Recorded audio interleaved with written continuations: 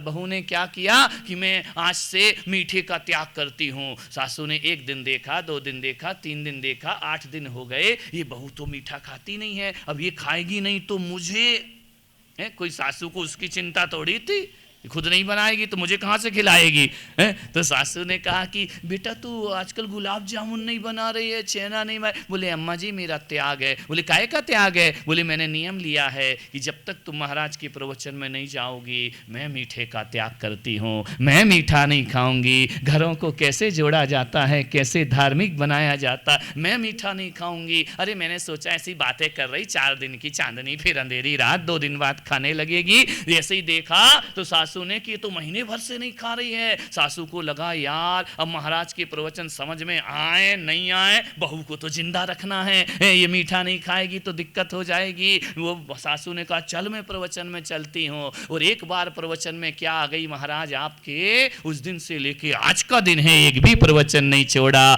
इसलिए मैंने कहा मेरी सासू की उम्र 4 महीने। वो बोले मैं खड़ा हूं, ये 5 फीट का बूढ़ा आदमी, तू कह रही पैदा ही नहीं हुआ। बोले बताओ जिसके घर में संत के आहार हों वो दादाजी पलंग पर लेटा लेटा देखते रहे तो जो पलंग पे लेटा अभी पैदा कहाँ हुआ है? तू तो उठा ही नहीं सो करके, संत के चरण पड़े हो, तुम सो रहे हो, तुम जाग नहीं रहे हो। ऐसे कितने लोग हैं नासिक में जो पैदा नहीं हुए?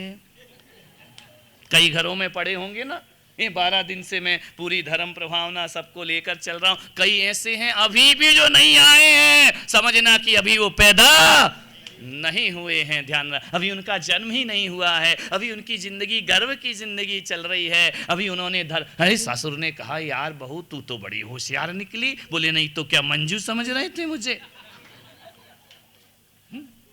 मंजूषा संचालक कल की चलिए अब आप आइए। धीमी गति के समाचार, धीमी गति की चाल। मैंने कहा क्यों आज लेट क्यों? बोले मैं तो गजपंथा से कल की चली हूं, आज पहुंच पाई यहां पर। ध्यान रखना। तो बोले कि तू तो बहू बड़ी होशियार निकली। एक बात बता दे बेटा, तूने ये उत्तर क्यों दिया था कि मैं बासा खाती हूं ताजा नहीं खाती हूं?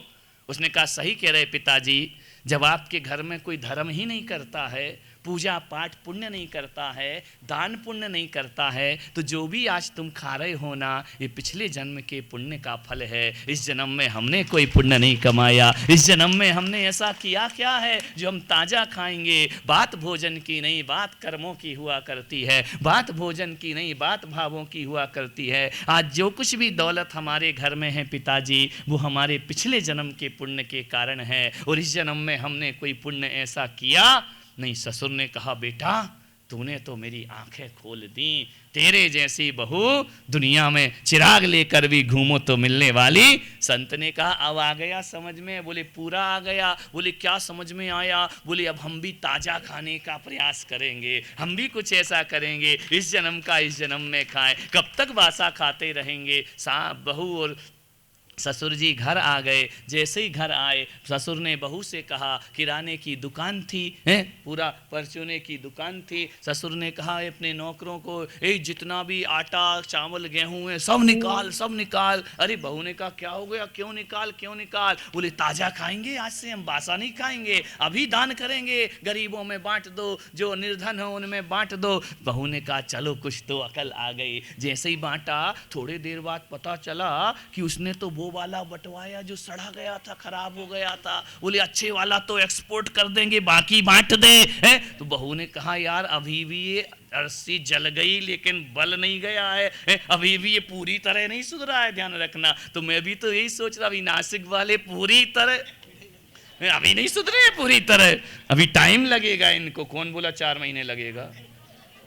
अभी थोड़ी सुधर गए, तुम सोचो हम सुधर गए। बहू ने कहा अभी दादाजी की आदतें नहीं गई हैं, मन तो बदल गया लेकिन आदतें वही बनी हैं। एक दिन बहू ने रोटी बनाई, दादाजी चलो भोजन कर लीजिए, पिताजी भोजन कर लीजिए। जैसे ही भोजन करा, जैसे ही रोटी तोड़ी तो वो तो ऐसी खिंच रही जैसे रबर की रोटी हो। ससुर ने कहा बहू ये क्या बनाया है? बोले पिताजी ये खाने की आदत डाल लो। बोले क्यों? ये खाऊंगा मैं, ऐसा खाना खाऊंगा? बोले ऐसे खाने की आदत डाल लो। बोले क्यों? पागल हो गई है क्या, एक ऐसी रोटी एक तोड़ता हूँ तो खिंचती है। बोले पिताजी अब अपने को यही खाने को मिलेगी, अपने दिन बुरे आ गए हैं। पिताजी ने कहा काय के बुरे दिन आ गए। बोले मैंने शास्त्रों में पढ़ा था जैसा बोओगे बीज वैसे ही खाओगे फल, अरे सड़ा बांटोगे तो सड़ा ही खाने को मिलेगा, अच्छा खाने को मिलने वाला क्या। पिताजी दान भी करते हो तो ये कचरा दान करते हो, जैसा दोगे वैसा फल प्राप्त होगा। अच्छा फल कहाँ से प्राप्त हो जाएगा है? अच्छा दान करोगे तो अच्छा फल प्राप्त होगा, अच्छा भोजन दोगे तो अच्छा फल प्राप्त होगा। ससुर ने कहा बहू तू तो बड़ी होशियार हो गई है। बोले हाथ धो के पीछे पड़ी हूँ, सुधार के रहूंगी तुमको। उस दिन से ससुर ने कहा ठीक है, जितना कचरा हो वो सब गोदावरी में बहा दिया जाए, और जितना अच्छा है वह गरीबों में दान कर दिया जाए। एक कोई जरूरी थोड़ी है कि जीवन में परिवर्तन किसी संत या महापुरुष से ही आता है। जीवन में परिवर्तन तो एक साधारण व्यक्ति से भी आ जाता है। जिन्हें बदलना है वो किसी से भी सीख ले सकते हैं, जिन्हें बदलना है पत्थर की ठोकर भी सीख देकर चली जाती है, और जिन्हें बदलना होता है तो एक नर्तकी नीलांजना भी ऋषभदेव को ज्ञान दे करके चली जाया करती है। विचार करिए, जिंदगी को बदलने के लिए कोई भी मिल सकता है, किसी से भी हमारी जिंदगी में परिवर्तन हो सकता है। तीर्थंकरों का जीवन बदलना था, आकाश से बिजली गिरी तीर्थंकर को बोध मिल जाया करता है। नर्तकी नृत्य करती है, तीर्थंकर को बोध मिल जाता है। और कभी नाग नागिन जलते हैं तो पारसनाथ जिंदगी का पाठ पढ़ लिया करते हैं। ध्यान रखिए, जिंदगी के पाठ तो कहीं से भी प्राप्त हो सकते हैं। कोई जरूरी तो लोग कह रहे नासिक वाले मत जाओ महाराज, मत जाओ मत जाओ। अरे जिन्हें सुधरना है वो कहीं से भी सुधर जाएंगे, और जिन्हें नहीं सुधरना है चौमासा क्या एक 12 मासा भी कर लूं तो भी कसम खा के बैठे हम नहीं सुधरे। पहले ही बोल दिया नहीं सुधरेंगे। अब बताओ अच्छा सुधरेंगे, बोले नहीं बोले ना। अब वो इनडायरेक्ट तो भावार्थ तो हम लगा ही लिया करते हैं, इतनी तो हिंदी हमारी शुद्ध है। विचार करिए, सोचना है, विचार करना है। जीवन में परिवर्तन कहीं से भी आ सकता है। बुद्ध का जीवन बदलना था, मुर्दे को देखकर जीवन का पाठ बोध मिल जाया करता है। बुद्ध कहते हैं ये आदमी मर गया तो क्या मैं भी मरूंगा, मेरी भी मृत्यु होगी। महात्मा बुद्ध से सारथी ने कहा कि हाँ महाराज आपकी भी मृत्यु होगी। तो महात्मा बुद्ध ने कहा फिर रथ राजधानी की तरफ क्यों ले जाता है, रो मोड़ इस रथ को और जंगल की तरफ चलने का प्रयास कर। जब सबको मरना ही है तो मैं क्या बटोरने जा रहा हूं। ध्यान रखना, विचार करना है, सोचना है। उस सेठ के जीवन में एक बोध मिल गया, एक परिवर्तन आ गया। समझना है तो 4 शब्द बदल देते हैं, नहीं समझना है तो हजारों पृष्ठ का ग्रंथ भी तुम्हारा कुछ नहीं कर सकता। जीवन को बदलो, सोच को बदलो, चिंतन को बदलो, अपने व्यवहार को बदलो। जीवन बदल गया, व्यवहार बदल गया, सोच बदल गई तो जमाना पूरा बदला बदला नजर आया करता है। चिंतन ही तो बदलना है। किसके लिए बटोरता है आदमी, किसके लिए जोड़ता है आदमी। ध्यान रखना, जो दवा दवा कर खाएगा वो दवा खाना जाएगा। दवा खाना लिखा रहता है, दवा खाना का मतलब क्या है, जो दवा दवा कर खाएगा वो दवा खाना। हाँ आज भोजन है क्या यहाँ, है ना। दवा खाना मत जाना, दवा दवा के मत खाना। ध्यान रखिए, विचार करना है। जैसा आदमी करता है वैसे ही उसको जीवन में प्राप्त हुआ करता है।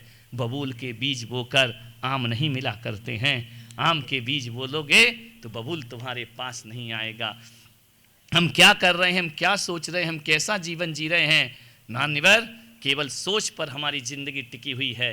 कैसी हमारी सोच होना चाहिए, हृदय को विराट करना है। तो हृदय को विराट करने का मतलब थोड़ी है कि डॉक्टर के पास जाके अपना हार्ट चौड़ा करा लो, नहीं, विचारों को विराट करने का प्रयास करो, सोच को बड़ी बनाने का प्रयास करो। ये सोच ही आदमी को दुखी करती है, यही सोच आदमी को सुखी कर दिया करती है।